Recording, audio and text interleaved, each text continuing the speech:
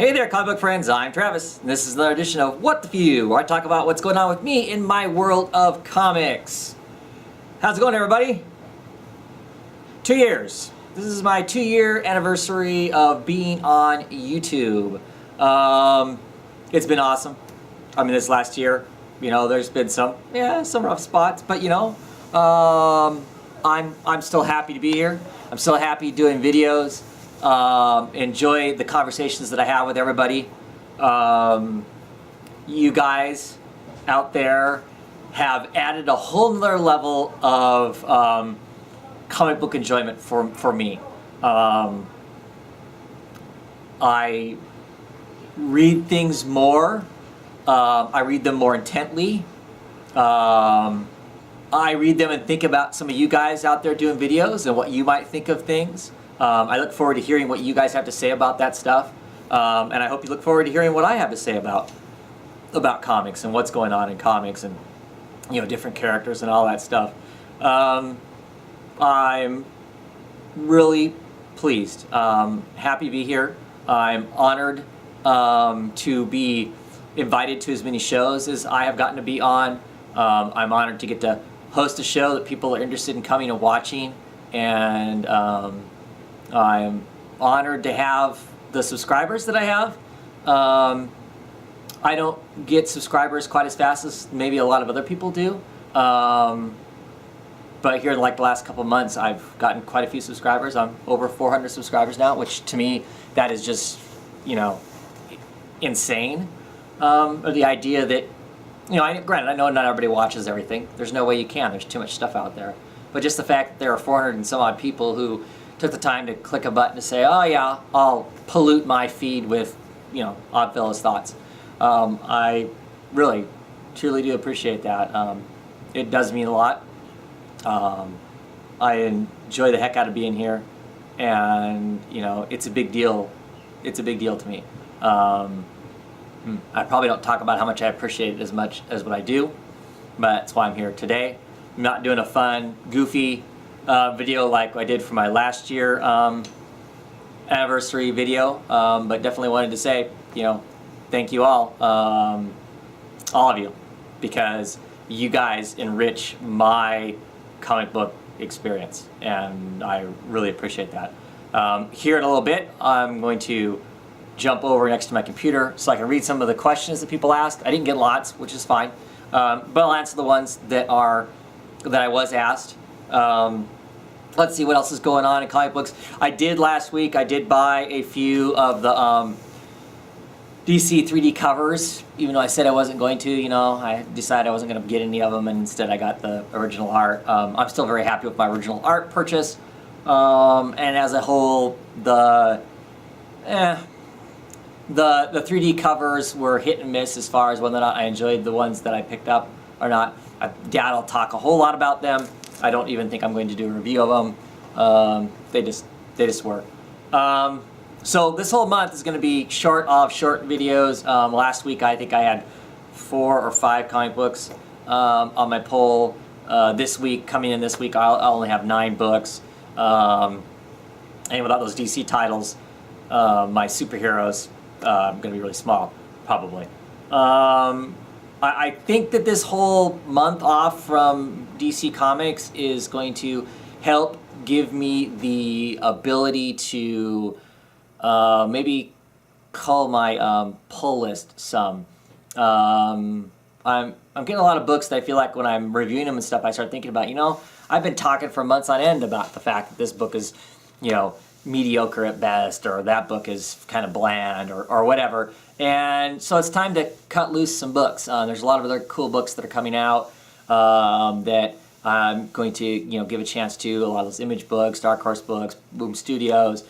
Give some of these other companies some other ideas and whatnot, and see what happens there. Heck, even Marvel's putting out some new books I'm interested in and curious about picking up. I'm a little confused on the old Inhumans thing now.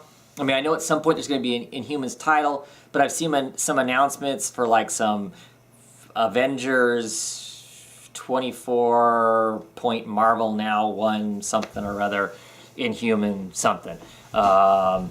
Avengers Assemble, which is written by Kelly Sue DeConnick, Warren Ellis is going to come and write some with her that's going to have some Inhuman stuff tied to it. So it sounds to me like every freaking book on the planet is going to tie into the Inhumans somehow. So whereas I thought I was going to get like the Infinity thing that starts introducing the whole Inhumans gig and whatnot, now I'm thinking there's too much stuff out there that's trying to tie into it for me. I'm thinking I'm going to go with my own adage. I'm just going to wait. I'll wait until the actual Inhuman book comes out. I'm going to jump on it, and if there's stuff going on in the book that I don't understand at the time, I will rely on all of you guys out there to fill me in on the gaps as to what the hell's going on. And I know you guys are good for that. If I don't understand something and I ask, somebody will usually fill me in on exactly what the hell happened somewhere or whatever. So there is that. As far as those comics, whatnot. Read an interesting comic book resources. It's a comic book webpage I go to fairly often. They have a like quote of the day kind of thing. Today's quote of the day, this being Wednesday, September 11th.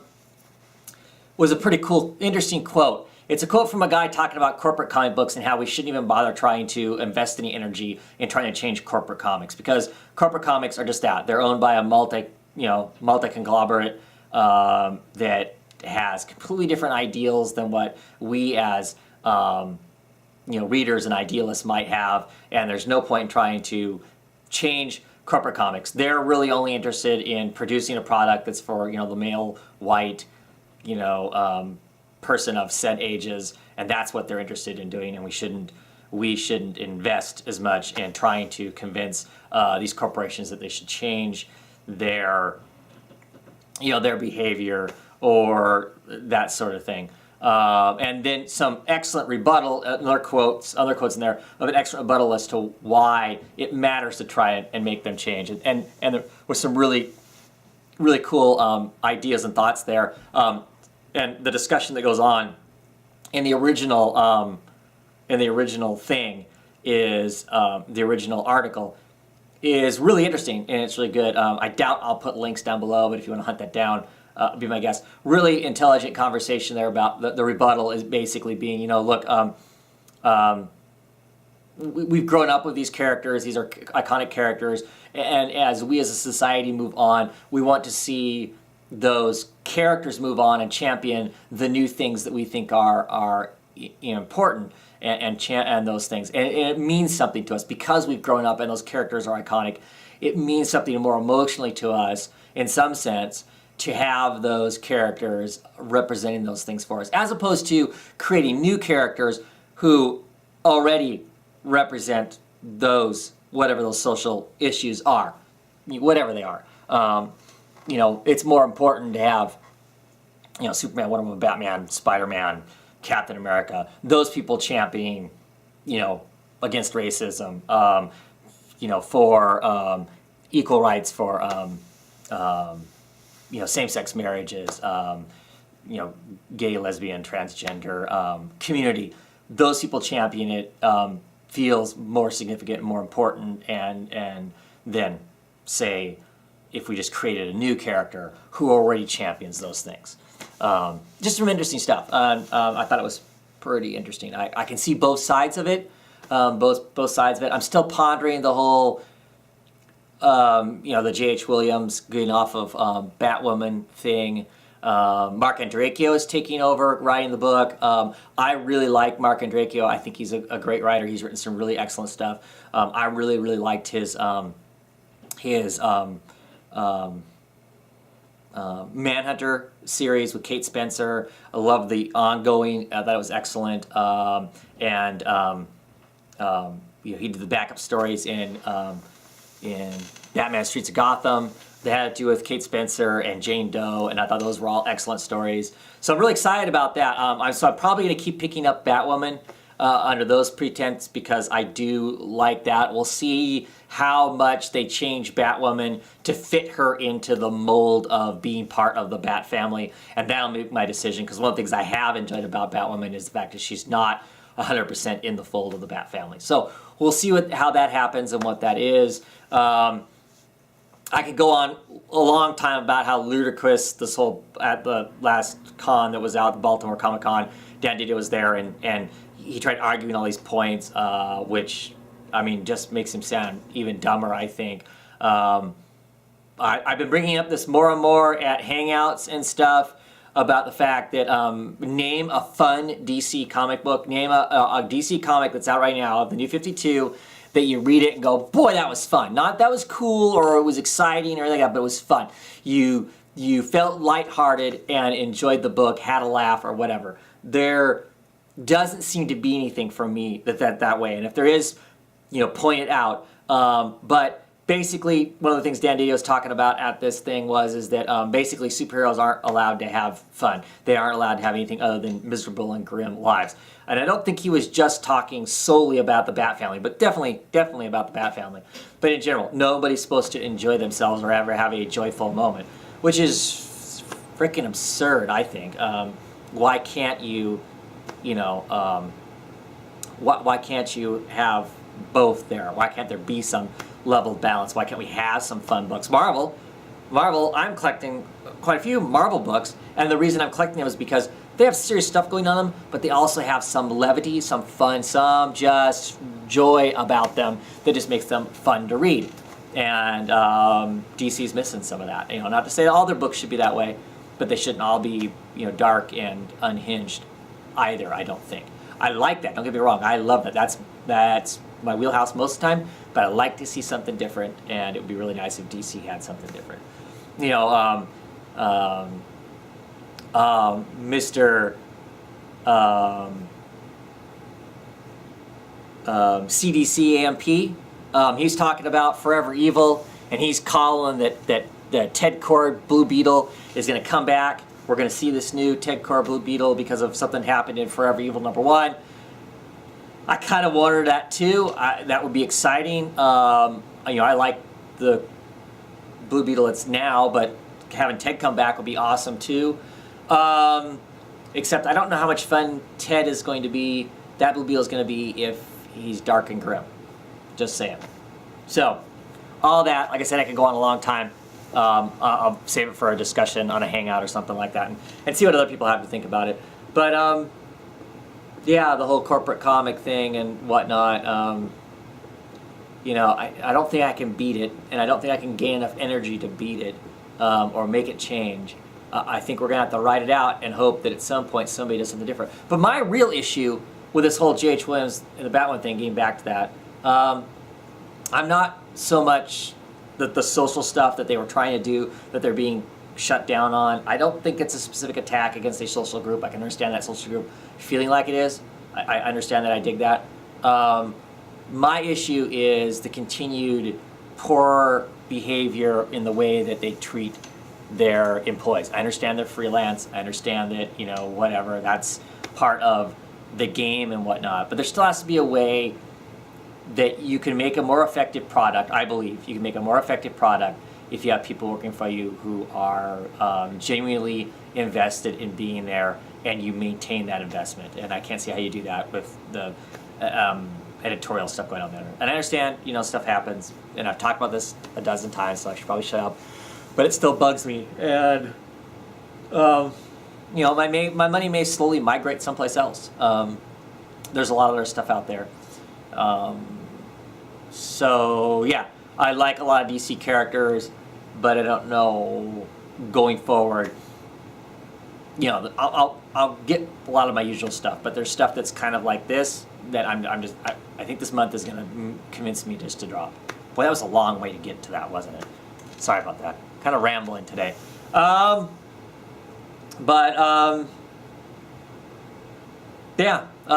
2 years. Excited to be moving forward and moving on. And speaking of moving on, I'm going to change where I'm at, and to the magic of editing, I'm probably back in a few seconds. Just like that magic, I am back. Now I'm back in front of my computer. You can see my random mess of what should be my writing desk, which is constantly always loaded up with lots of other stuff other than writing and drawing and all that kind of good things. So I'm sitting here in front of my computer so I can read off some of the questions that were asked here, all part of my 2-year anniversary I got lots of comments, but let's see if I can find my questions. I probably should have planned this out better as far as that goes. Let's see.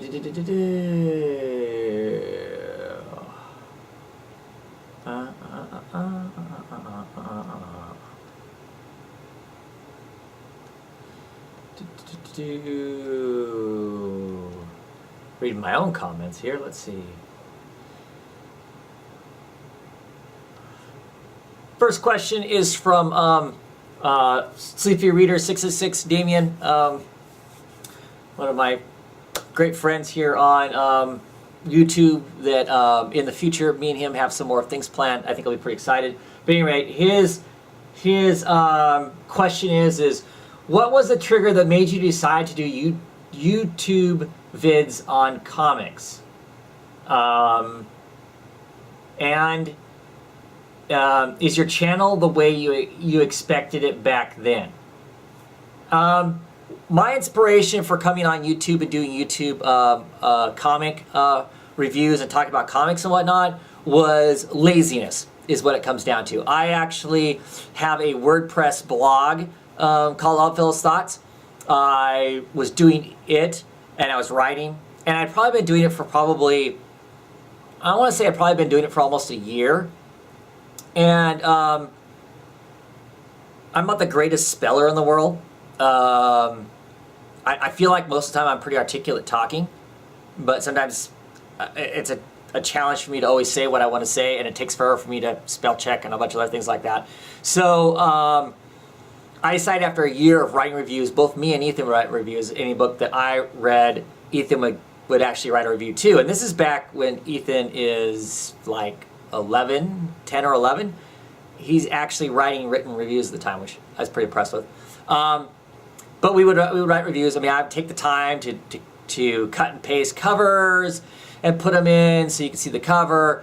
I mean, I wrote down, what the title of the comic was, if it actually had a title of the story, what the title was, who the creators, blah, blah, blah. Pretty much everything about the book. And then I didn't do plot synopsis. I just talked about whatever about the book I wanted to, kind of like what I do now with videos, except for the written word. And I did that for quite some time. My only real traffic, I had a few people would come and visit the site. I actually had some subscribers there. Mostly it was Longbox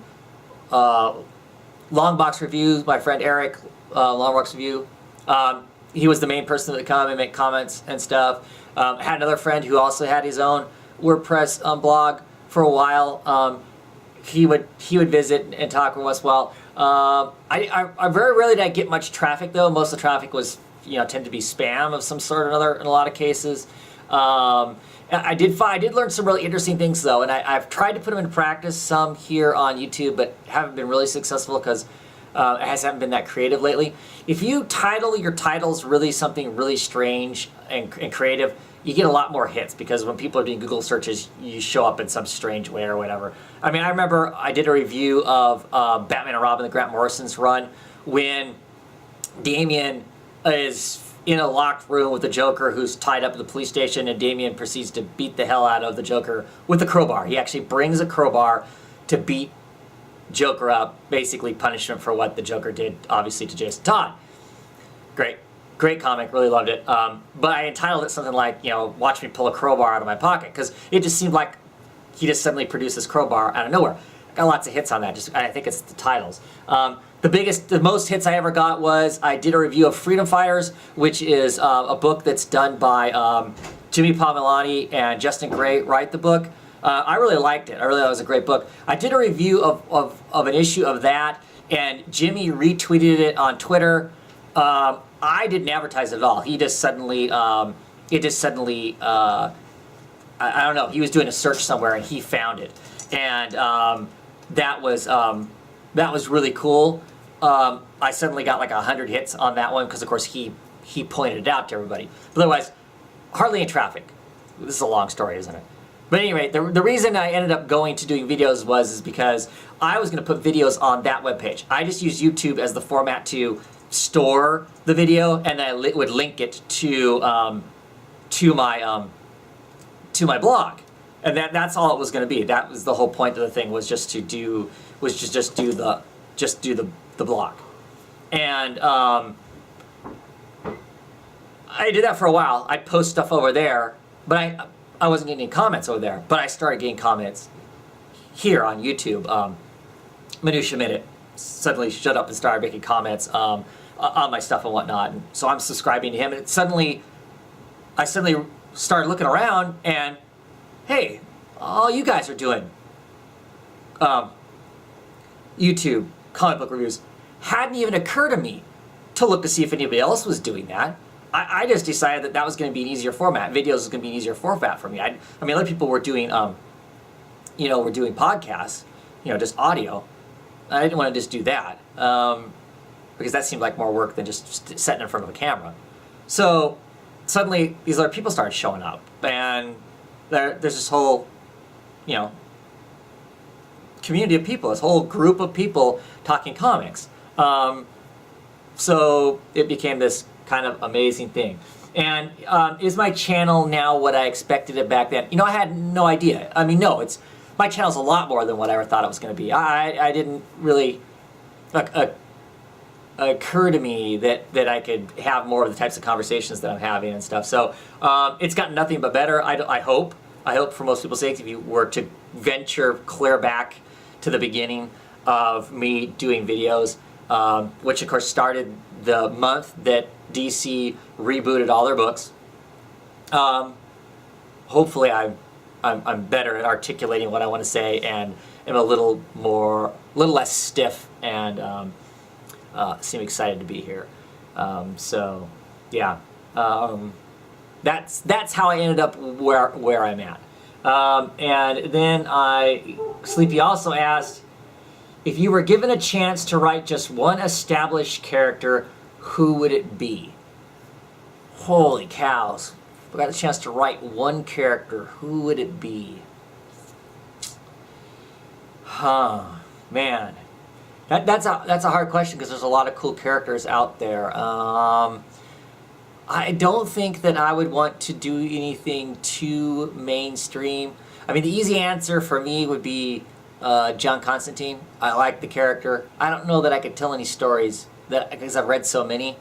I don't know that I'd have confidence to even begin to write them. I would like to do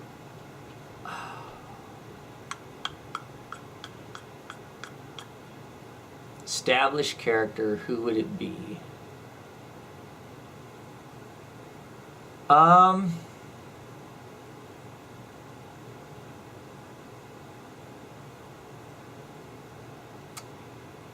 Dr. Fate, I think. I really like Dr. Fate. There was a Dr. Fate story that was written during the countdown to Mystery, and I really, really liked that Dr. Fate. Somebody who's putting on the helmet but has lots of issues that they have to work out and whatnot. I think that would be the most interesting character. I think that's who I'd want to write, Dr. Fate. Let's see. Let's go up here. Then there is Sherpanaut, I think is how we say his name. He doesn't actually do videos, so I haven't ever heard him say it to know for sure. So I'm going with that, Sherpanaut. He's around the YouTube community quite a bit. Doesn't do his own videos, at least not that I'm aware of. Comments all over the place though. He's always in the Hangouts, making comments there and stuff. Awesome guy. He messages me quite often, sends me personal messages about this, that, or the other, or hey, you should be check this out or whatnot, which I think is really cool. So let's see here. That's I'll comment. Then on to my question. I know you've put thought into getting a Batman tattoo before. Don't deny it. What would you get and where? Well, I'm going to deny it. I've never had an interest in getting a Batman tattoo. I've seen some cool ones, but no, I don't have any interest in a Batman tattoo, or any caricatures for that matter. So no, sorry. Then The next question is, can you find a Euler brick whose space diagonal is also an integral? Is the Euler-Mascheroni constant irrational? Can you derive an analytic form for the square site precollation threshold? Does there exist a hammered matrix for every positive number of 4?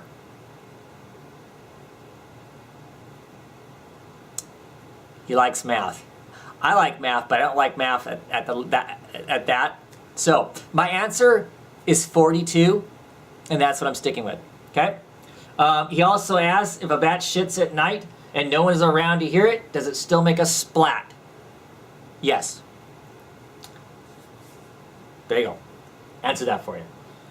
Okay. I thought somebody else asked some questions. Let's see.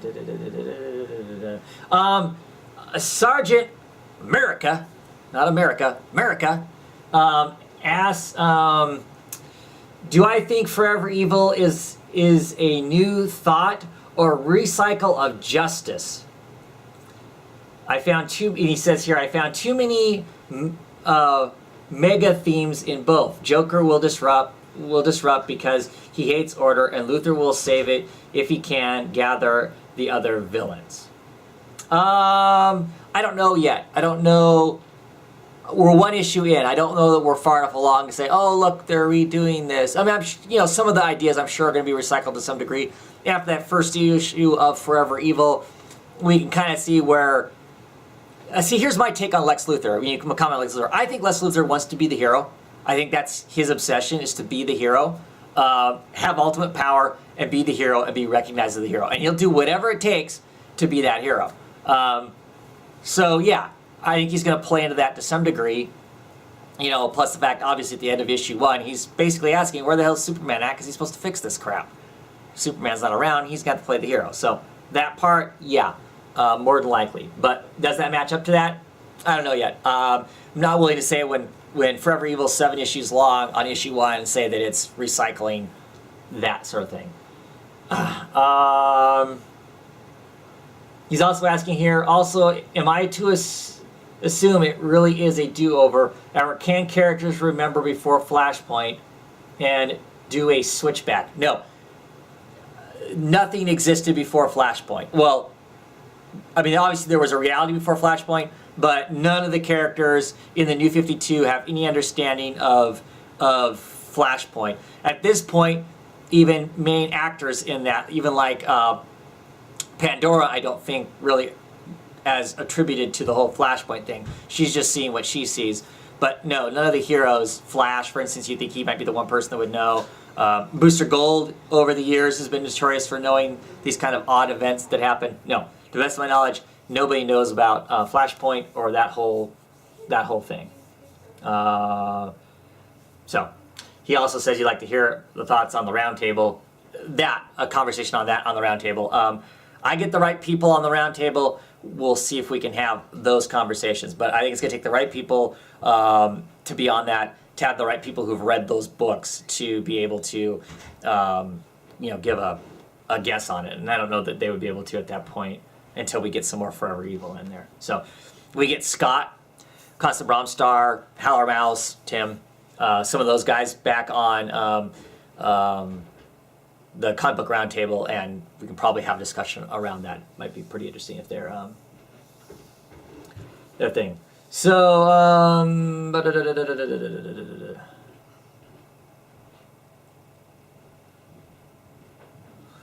Matt on Comics, great guy, produces a lot of stuff. You should pay attention to his channel. Matt on Comics, he says, question, what comic could you just not be without? And I'm not sure if he's talking about an ongoing title. If I can only collect one ongoing title. Right now it's still Saga. I still think that's the most entertaining. It hits enough of the right beats for me. It's got some action, it's got some drama, it's got a little bit of everything in it for me to really like that serialized. As far as a single issue of a comic that I couldn't live without, I don't know that I have one. I'm a comic collector, but I'm a comic reader before I'm a comic collector. I have a comic that I showed on my Twitter a while ago. It's probably my favorite comic right now. It's actually a modern era comic. It is the second issue that Batwoman appears in Detective Comics. And I think it's my favorite issue because it's signed by all the creators. I mean, it's got Greg Rucka's signature on it. It's got Joe H. Williams' signature on it. It had a backup story in it about the Question and Huntress. It has Cully Hammer, who is the artist for that, signature on it. It's got Dave Stewart. He was the colorist of the whole thing. And I believe he won an Eisner that year, and that's some of the stuff he was attributed for winning the Eisner for in the year that comic came out. That's probably my favorite comic, just because the stars all aligned for me to get those people's signatures. I got Dave Stewart's, Greg Rucka's, and J.H. Williams one year, and then like the next year I got Cully Hammer's signature on it. Really awesome. Probably my favorite book as far as that sort of thing goes. That's it for questions, I think. Well, let me look. I take it back.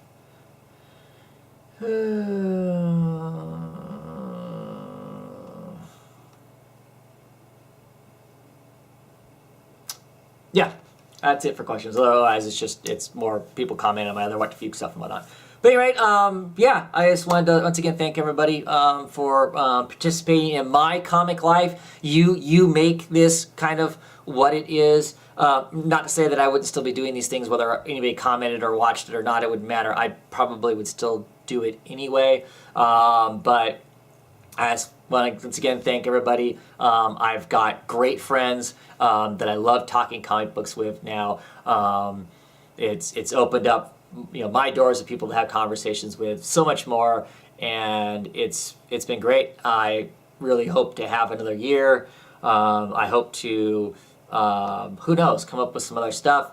Hopefully we'll see some exciting things in the future for all of us here reading comics and talking about comics. I decided I'm not going to do any kind of a contest or giveaway or whatnot. I may do something that's randomly has nothing to do with anything later on. I guess because I have things I want to get rid of. I'm obsessed with that or something. So either that or I just want all your guys' addresses so I can stalk you later on. I don't know. But yeah, that's it. This video I'm sure is way too long as it is now. Thank you for anybody who's hung on this long. Like I said, I appreciate it.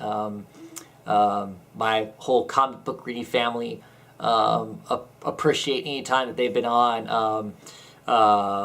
How gracious of viewers and listeners you guys have all been in all of their lives as far as reading comics and stuff.